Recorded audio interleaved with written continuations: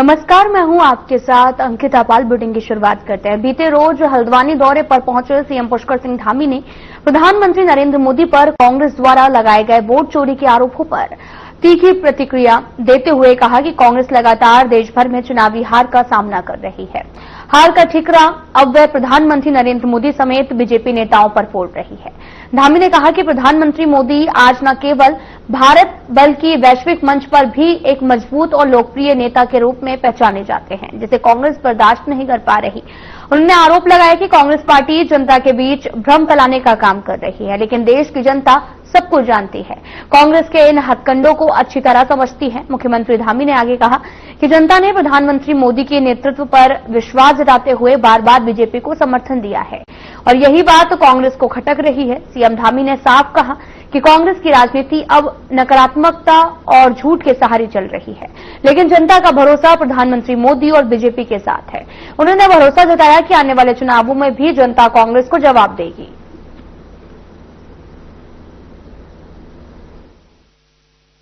Congress party जब जब हारती है तब तक वो कुछ न कुछ आरोप लगाती है। कभी ईवीएम पर ठीकरा फोड़ती है, कभी जो है प्रशासन पर ठीकरा फोड़ती है, कभी सरकार पर फोड़ती है, कभी इलेक्शन कमीशन ऑफ इंडिया पर फोड़ती है। लेकिन देश की जनता जानती है कि देश की जनता आज प्रधानमंत्री मोदी जी के नेतृत्व में लगातार देश के अंदर, चाहे भारत की सरकार चुनने का मामला हो, तीसरी बार माननीय प्रधानमंत्री मोदी जी को देश का प्रधानमंत्री बनाया है और राज्यों के अंदर पूरे देश के अंदर तीसरी बार चौथी बार डबल इंजन की सरकारों को प्राथमिकता दे रही है। चमोली के नंदानगर में आई भीषण आपदा के बाद में राहत और बचाव कार्य लगातार जारी है। अब तक इस आपदा में लापता हुए 10 लोगों में से एक व्यक्ति को सुरक्षित निकाल लिया गया है, जबकि 7 लोगों के शव बरामद हो चुके हैं। आज सीएम धामी ने आपदा प्रभावित क्षेत्रों का दौरा किया है। मुख्यमंत्री पुष्कर सिंह धामी आज चमोली आपदा प्रभावित क्षेत्र नंदानगर पहुंचे। यहां वे आपदा राहत बचाव कार्यों का स्थलीय निरीक्षण किया। प्रभावित क्षेत्रों फाली, कुंतरी, अन्य में सीएम सर्वे किया और इसके अलावा सीएम ने आपदा प्रभावित सभी लोगों से मुलाकात की है।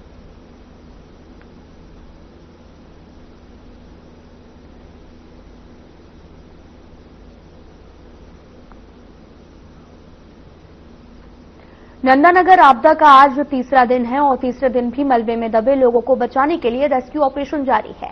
हालातों का जायजा लेने के लिए मुख्यमंत्री पुष्कर सिंह धामी कुरोड़ हेलीपैड पहुंचे, जहां चमोली डीएम ने उन्हें हालातों की जानकारी दी। इसके बाद सीएम धामी चमोली नंदानगर में आपदा प्रभावित क्षेत्रों का स्थलीय निरीक्षण करने पहुंचे। इस दौरान सीएम धामी ने ग्राउंड पर चल रहे रेस्क्यू ऑपरेशन का अपडेट लिया। साथ ही सीएम धामी ने आपदा प्रभावितों से मुलाकात की है।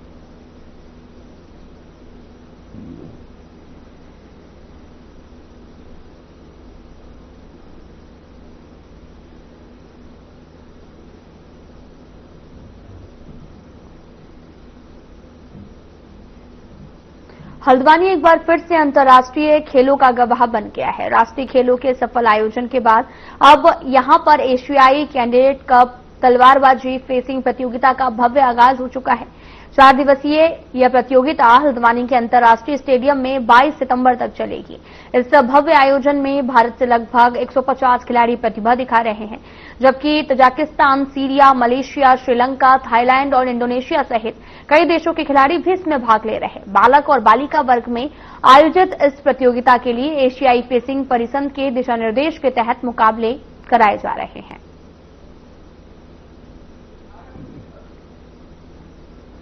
और खिलाड़ियों के भविष्य में उत्तराखंड के लिए एक ऐसी मुहिम चल रही है।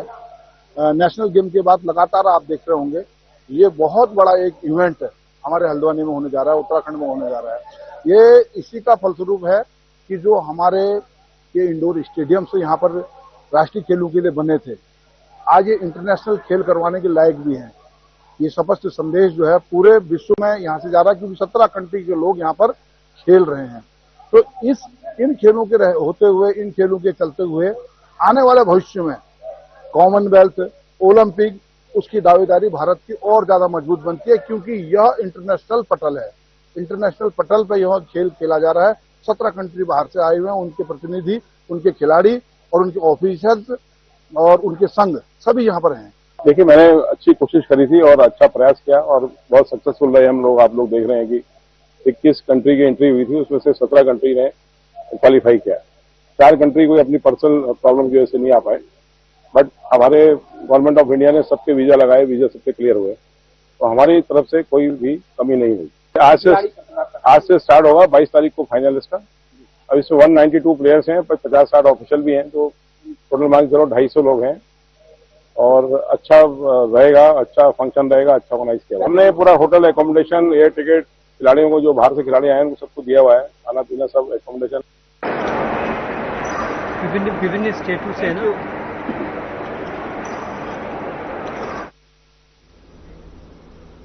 हरिद्वार के जिलाधिकारी मयूर दीक्षित ने 5 राजस्व निरीक्षकों का तबादला किया, जिसमें तहसील हरिद्वार, लक्सर, भगवानपुर और रुड़की में निरीक्षकों की जिम्मेदारी बदल दी गई है।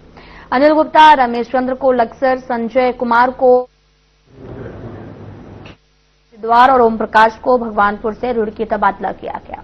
वहीं डीएम ने सभी उप जिलाधिकारियों को आदेश दिया तुरंत कार्यभार संभालें।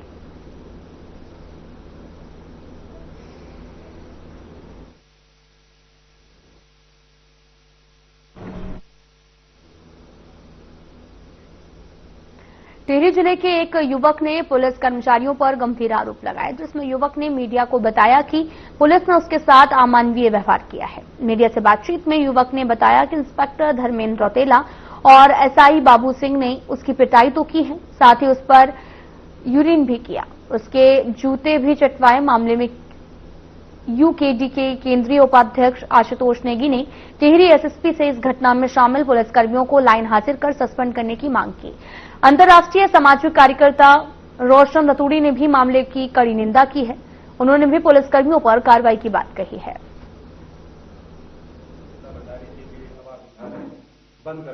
केस लंबगांव प्रताप नगर से, लंबगांव का है सर, ये लंबगांव टिहरी का। और जो मेरे को फंसाया है, मारा है, ये 3 थानों की पुलिस ने। जो ये मेन तो लंबगांव पुलिस थी, और ये चंबा पुलिस वाले जो मेरे को गाड़ी में बिठा के लाए, जिन्होंने मेरे किडनैप किया, और जो कोटी कॉलोनी पुलिस स्टेशन में ले गए। दो थे ये ऐसे नॉर्मल कपड़ों में आ रखे थे। और ये जो कोटी कॉलोनी पुलिस स्टेशन के जो भी होंगे पुलिस वाले, इनको भी मतलब सस्पेंड होने चाहिए। और ये भी लंबगांव के भी और ये चंबा पुलिस के भी सस्पेंड होने चाहिए। और जांच होनी चाहिए इसमें अच्छे तरीके से, या तो सीबीआई जांच हो या फिर, और इनका नार्को टेस्ट भी हो इनका, ये जो पुलिस वाले हैं सबका। जो ये बोल रहे कि मैं झूठ बोल रहा हूँ, मैं अफवाह फैला रहा हूँ, इनका भी नार्को टेस्ट हो और कोर्ट करे इनका नार्को टेस्ट। यही तो मैं ये कहना चाहता हूँ कि खुद ही इस केस की जांच करो। अगर आप एक ईमानदार डीजीपी हो तो, अगर नहीं हो तो आप इस वीडियो को भी इग्नोर कर दोगे। अगर आप एक ईमानदार डीजीपी हो उत्तराखंड के, तो खुद ही इस केस की जांच करो। के अलावा जो केशव थलवाल वाला मामला है, वो आज का सबसे गंभीर प्रकरण है, जिसमें एक हमारा भाई केशव थलवाल जो प्रतापनगर विधानसभा लंबगांव से आता है, उसका अपराध ये है कि वो पिछले कई सालों से पुलिस के कुकृत्यों का खुलासा कर रहा था। अगर पुलिस वाले कहीं किसी अपराधी को बचा रहे थे, निर्दोष को फंसा रहे थे, तो वो इन मामलों को उठा रहा था। अंकिता भंडारी में वीआईपी के नाम से लेकर रुड़की में एक निर्दोष युवक को तालाब में पुलिस ने जिस तरह से डुबाया, से लंबगांव थाना के इंस्पेक्टर ने केशव थलवाल के साथ में जो घृणित कार्य किया, वो बहुत ही निंदनीय है, मानवता को शर्मसार करने वाला है। और ये सिर्फ केशव थलवाल का अपमान नहीं है, ये तमाम हमारे 2 करोड़ उत्तराखंडी वासियों का अपमान है। ऐसे पुलिस कर्मियों को तुरंत निलंबित करना चाहिए। और हमारे उत्तराखंड में ऐसे गुंडा गर्दी करने वाले जो पुलिस अधिकारी हैं, उनके लिए, इस तरीके के लोगों के लिए कोई जगह हमारे उत्तराखंड में नहीं है। हम इन चीज को बिल्कुल बर्दाश्त नहीं करेंगे। हाँ, अगर उसने कोई गलती की है तो आप कोर्ट उसको सजा देगा। और उस टाइम भी जब मैं अंकिता भंडारी के लिए आवाज उठा रहा था, तो पुलिस वालों ने मेरे को भी काफी परेशान किया था। थाने पे बुला रहे थे, बार-बार 4-5 बार थाने में बुलाया, वीडियो हटवाने के लिए प्रेशर डाला मेरे पे कि वीडियो हटा दे, जो भी तू ये अंकिता भंडारी के लिए आवाज उठा रहा है बंद कर दे। तो इस तरीके से टॉर्चर इन्होंने मेरे को पहले से भी किया है पुलिस ने, उत्तराखंड पुलिस ने। और उस टाइम भी जब मैं अंकिता भंडारी के लिए आवाज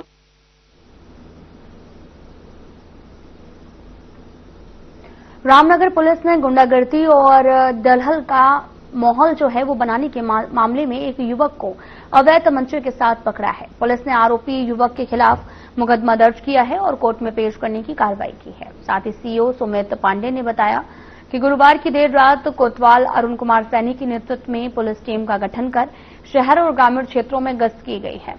साथ ही इसी बीच तेलीपुरा रोड के पास में एक युवक संदिग्ध हालत में मिला।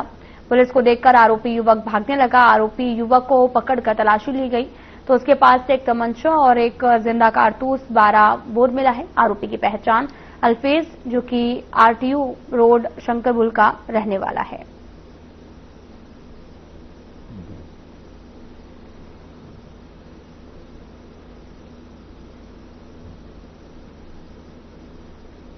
रुद्रप्रयाग में नशा मुक्त मिशन के तहत पुलिस ने अवैध मादक पदार्थों की विक्रय और तस्करी कर पूरी तरह से रोक लगाने के लिए सघन चेकिंग अभियान तेज कर दिया है, जहां नशा तस्करों के विरुद्ध कड़ी वैधानिक कार्रवाई की जा रही है। साथ ही रुद्रप्रयाग में एसपी अक्षय कोड़े ने बताया कि राशि और आसपास के क्षेत्र में अवैध भांग की खेती नष्ट किए जाने के लिए अभियान चलाया गया।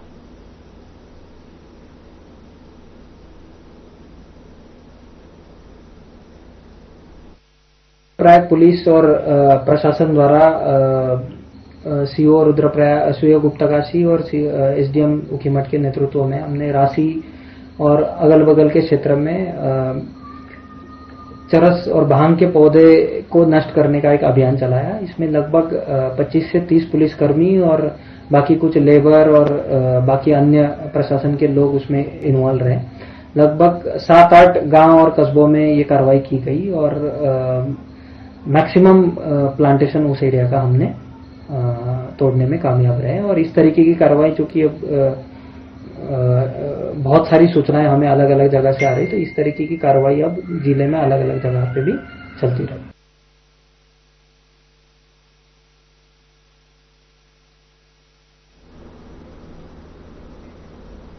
रामनगर पुलिस ने ड्रिंक एंड ड्राइव के खिलाफ अभियान चलाया है, जिसके तहत कुल 47 चालान जारी किए गए हैं, जिसमें 28 चालकों से 16,500 रुपए का जुर्माना वसूला गया। उसके अलावा सार्वजनिक स्थानों पर शराब पीने के आरोप में 41 चालान काटे गए, जिसमें पुलिस ने 10,500 का जुर्माना वसूलने के साथ ही 14 चालकों के कोर्ट चालान करने की कार्रवाई की है।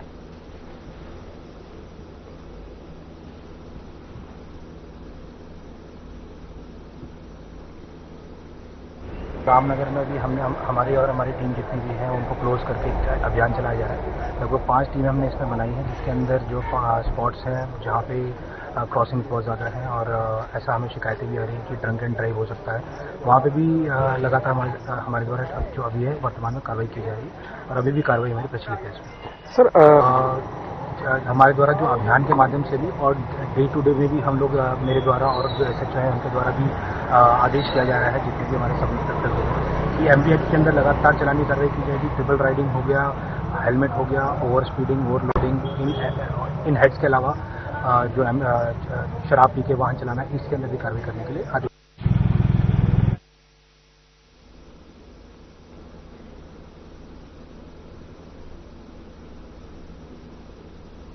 काशीपुर एलडी भट्ट राजकीय उप जिला चिकित्सालय के नवनियुक्त सीएमएस संजीव कुमार दीक्षित ने पत्रकार वार्ता के दौरान बताया कि राजकीय चिकित्सालय में इस समय चिकित्सकों को काफी कमी भी है, लेकिन चिकित्सकों की कमी के बावजूद यहां पर सारी सुविधाएं उपलब्ध हैं। उन्होंने कहा कि डेंगू जैसी बीमारी का प्रकोप चल रहा है, जिसके लिए चिकित्सालय में 4 बेड का वार्ड बना है।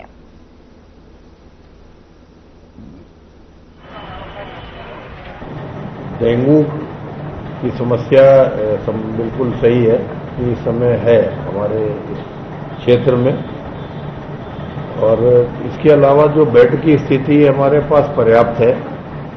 उसमें हमारे पास अभी 4 बेड है उस वार्ड के अंदर, और जो बर्न वार्ड है उसके बिल्कुल बगल में, अगर आपने नोट किया हो, डेंगू वार्ड बनाया गया है।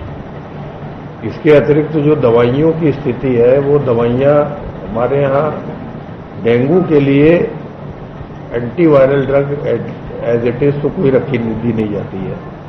उसमें आप जो है एंटीबायोटिक्स लेते हैं।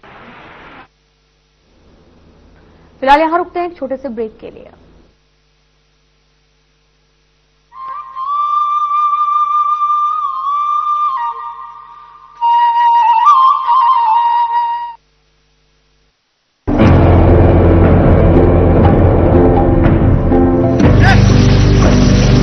तभी पानी की कमी से सूखते उत्तराखंड के इन खेतों में अब लहलहा रही हैं फसलें।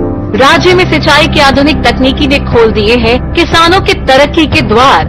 इन सीढ़ीदार खेतों में प्राकृतिक स्रोतों के जरिए पानी पहुंचाना हमेशा चुनौतीपूर्ण रहा है, लेकिन उत्तराखंड सरकार की पहल से सोलर पंप लिफ्ट सिंचाई योजना निर्माण के जरिए पानी को खेतों तक पहुंचाना हो गया है बेहद आसान। लघु सिंचाई परियोजना के तहत सिंचाई के लिए बने सोलर वाटर लिफ्टिंग सिस्टम व अलग अलग तकनीकी से बनाए गए पानी के टैंकों ने पहाड़ की खेती किसानी को दिए हैं नए आयाम। सिंचाई होने से किसान बंजर पड़े खेतों पर नकदी फसलें उगाकर कर रहे हैं लाखों की कमाई। सौर ऊर्जा से चलने वाले पंपिंग सिस्टम से किसानों की बिजली पर निर्भरता भी हो गई है खत्म। सरकार का किसानों की आय दोगुना करने का संकल्प हो रहा है पूरा। हमारे गांव में सोलर लिफ्टिंग पंपिंग योजना शुरू की गई, जहां पर हमारे समस्त गांववासी पुरानी खेती झंगोरा मंडवा और गेहूं मक्की उस पे निर्भर थे। आज इस सोलर पंप लगने से पूरे गांव में सिंचाई पर्याप्त रूप से हुई और हमने यहां पर नकदी फसलों का कार्य शुरू किया, जहां पर हमने शिमला मिर्च, बीन्स और टमाटर लगाने शुरू करे। जिन खेतों पे कुछ नहीं होता था, आज वहां पर नकदी फसलें बहुत अच्छी हो रही है और बहुत अच्छा दाम कमाया। पूरे गांव वालों को बहुत बड़ा फायदा मिला। अब तक सोलर पंप सिस्टम के तहत राज्य भर में 497 जियो और आरसीसी टैंकों का किया गया है निर्माण। स्थानीय संसाधनों के सतत प्रबंधन से उत्पादकता और ग्रामीण समुदाय की आय में वृद्धि करने के लिए प्रतिबद्ध है उत्तराखंड सरकार। सौर ऊर्जा से समृद्ध किसान, समृद्ध प्रदेश। क्या आप दुबले पतले कमजोर हैं, आपकी सेहत नहीं बनती, भूख कम लगती है, वजन नहीं बढ़ता? दरअसल मेन बात खाना पीना नहीं है, मेन बात है खाया पिया लगना। और अगर खाया पिया लगेगा ही नहीं तो आपकी सेहत बनेगी कैसे? इसलिए हमारी संस्था सन्यासी आयुर्वेदा ने एक ऐसी दवा का निर्माण किया है जो कि आपके लिवर, आपके पाचन तंत्र को दुरुस्त करने का काम करती है, ताकि आप जो भी खाएं उसका पूरे का पूरा निचोड़ आपके शरीर को लगे, आपकी भूख बढ़े, खाया पिया सही से लगे, नया खून बने, हड्डियों में जान आए, वजन बढ़े और आप मोटे तगड़े खूबसूरत पर्सनैलिटी के मालिक बन जाए। सिर्फ 699 रुपए की पूरे 1 महीने की दवा होती है और आप इसे घर बैठे 011 45 45 45 45 पर फोन करके दवा मंगवा सकते हैं।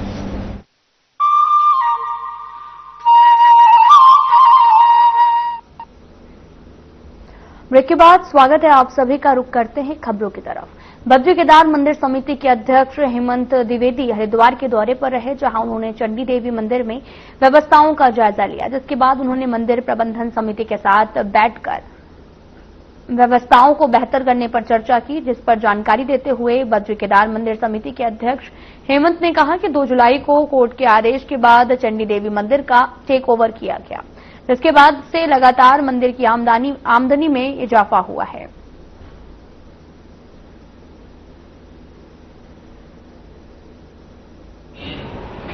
देखिए, सबसे पहले तो मैं आपको बताऊं कि माननीय उच्च न्यायालय उत्तराखंड के आदेश का सम्मान करते हुए श्री बद्री केदार मंदिर समिति, जो कि मैं समझता हूं उत्तराखंड नहीं पूरे देश में सबसे पुरानी संस्थान है। 1939 में मंदिर समिति का गठन हुआ था और 47 मंदिर इस समय जो है कि श्री बद्री केदार मंदिर समिति के पास है, जिसमें 2 बड़े धाम है, श्री केदारनाथ जी और श्री बद्रीनाथ जी।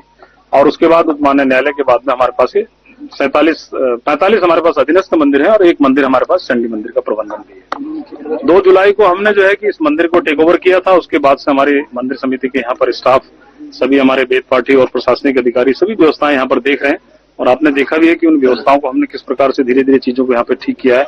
मैटिंग की व्यवस्था और जिला प्रशासन ने यहाँ पर अतिक्रमण को ठीक प्रकार से ठीक किया। बात ठीक है कि ये ग्लोबल वार्मिंग जिस तरह से जो है कि पर्वतीय क्षेत्रों में जो है कि विकास भी होते हैं, विकास के कारण जो है कि पेड़ों का कटान भी होता है हम सब लोग जो आने वाले हमारी जो पुरानी पीढ़ी थी उन्होंने जो इतने पेड़ और जो वृक्ष लगाए थे पर्यावरण को लेके, तो आज देखिए उसका लाभ इस आने वाली जनरेशन को मिला। मैं इतना ही कहूंगा जरूर कि हम लोगों को जो है कि हमारे देश के यशस्वी प्रधानमंत्री जी ने प्रारंभ भी किया था कि एक पेड़ सावन जब प्रारंभ हुआ था तो एक पेड़ माँ के नाम, हमें अधिक से अधिक जो है कि आज हमारे पीकेटीसी के अध्यक्ष हेमंत द्विवेदी जी आए थे, राज्य मंत्री आए थे यहाँ पे और एडीएम सर यहाँ पे आए थे। जैसा कि हमारे जो अध्यक्ष जी थे उनकी जो चिंता थी वो नवरात्रों को लेके थी कि जैसे नवरात्रों में हमारे श्रद्धालु आते हैं, पूरी दुनिया के हर कोने से आते हैं, तो उनका संचालन कैसे होगा, उनकी व्यवस्थाओं का क्या होगा। तो उसके लिए यहाँ पे सीओ सिटी भी हमारे उपस्थित थे, तो उन्होंने बताया कि एसएसपी जी के निर्देश के अंदर यहाँ पे एक पुलिस चौकी का निर्माण हुआ है जो कि यहाँ पे भीड़ को संचालन करेगी नवरात्रों में, और जो भी हर दिन कोई भी अच्छा सा पढ़ावा आएगा। उनका क्या नहीं। शिव मंदिर में आयोजित रामलीला के शुभारंभ समारोह में नगरपालिका अध्यक्ष मनोज कुमार मिंटू ने फीता काटकर रामलीला की शुरुआत की है। इस अवसर पर आयोजक नरेंद्र सिंह ग्रोवर ने बताया कि गदरपुर शिव मंदिर रामलीला लगातार पिछले 59 सालों से आयोजित की जा रही है और यहां न केवल धार्मिक बल्कि सामाजिक एकता का प्रतीक भी है। नरेंद्र सिंह ग्रोवर ने कहा कि ये रामलीला स्थानीय कलाकारों के लिए एक मंच प्रदान करती है जिसमें उनकी प्रतिभा को सम्मान मिलता है। यह एक पारंपरिक धार्मिक आयोजन है जो गदरपुर के सांस्कृतिक धरोहर को संजोकर रखेगा।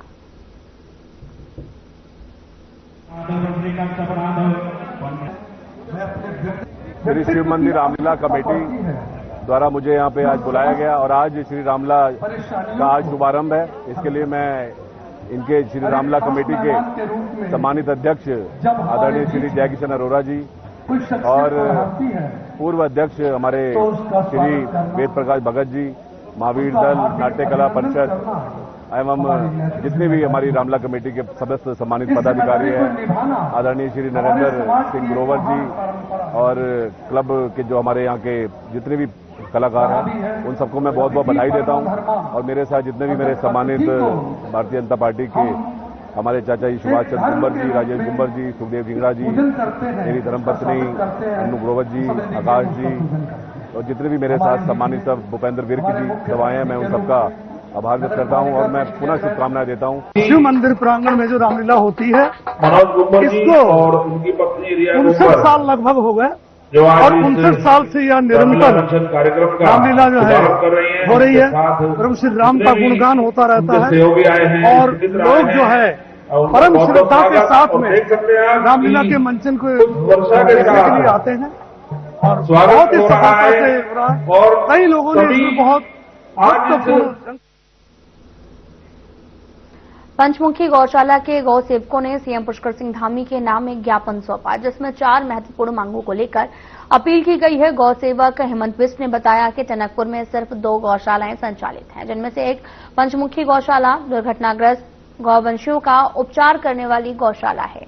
यह गौशाला उन गौवंशों का इलाज करती है जो सड़क हादसों या फिर अन्य कारणों से घायल हो जाते हैं। गौ सेवकों का यह भी कहना है कि सड़क हादसों में घायल पशुओं की संख्या में लगातार वृद्धि हो रही है।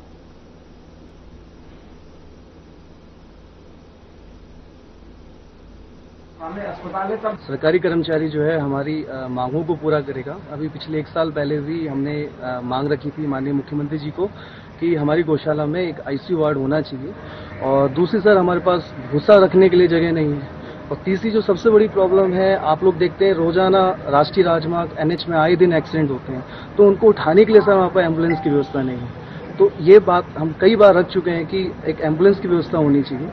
और एट प्रेजेंट जो सबसे ज्यादा समस्या हमारे सामने आ रही है, देखिए रोजाना जो है आपका ककाली गेट से लेकर सेल टैक्स ऑफिस तक 1-2 एक्सीडेंट रोजाना होते हैं सर।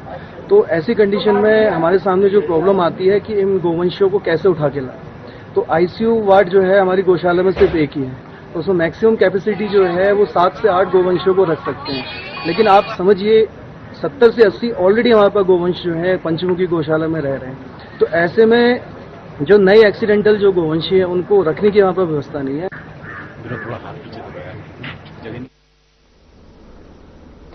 तो वहीं देहरादून के मालदेवता और सशस्त्र धारा क्षेत्र में बादल फटने से काफी नुकसान हुआ।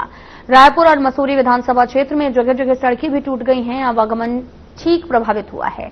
लोगों के घर, होटल, रिजॉर्ट मलबे में तब्दील हो गए हैं। रायपुर के विधायक उमेश शर्मा काऊ ने गढ़वाल कमिश्नर विनय शंकर पांडे के साथ आपदाग्रस्त क्षेत्र का निरीक्षण किया। उन्होंने बताया कि बाल्दी, बांदल और सौंग नदी में अचानक जल प्रवाह काफी तेजी से हुआ। क्षेत्र में काफी नुकसान हुआ है।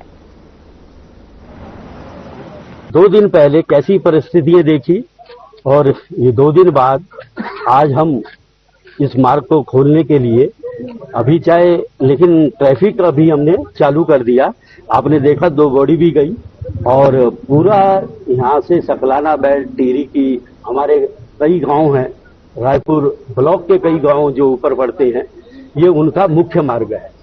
और इसको मैं अपना सरकार, मुख्यमंत्री जी का और पूरे जितनी भी हमारी सरकार की टीम है, हमारे जिले अधिकारी के साथ, हमारे पीडब्ल्यूडी के जितने अधिकारी, सिंचाई विभाग के अधिकारी। लाबुड़े में इतना ही। नमस्कार।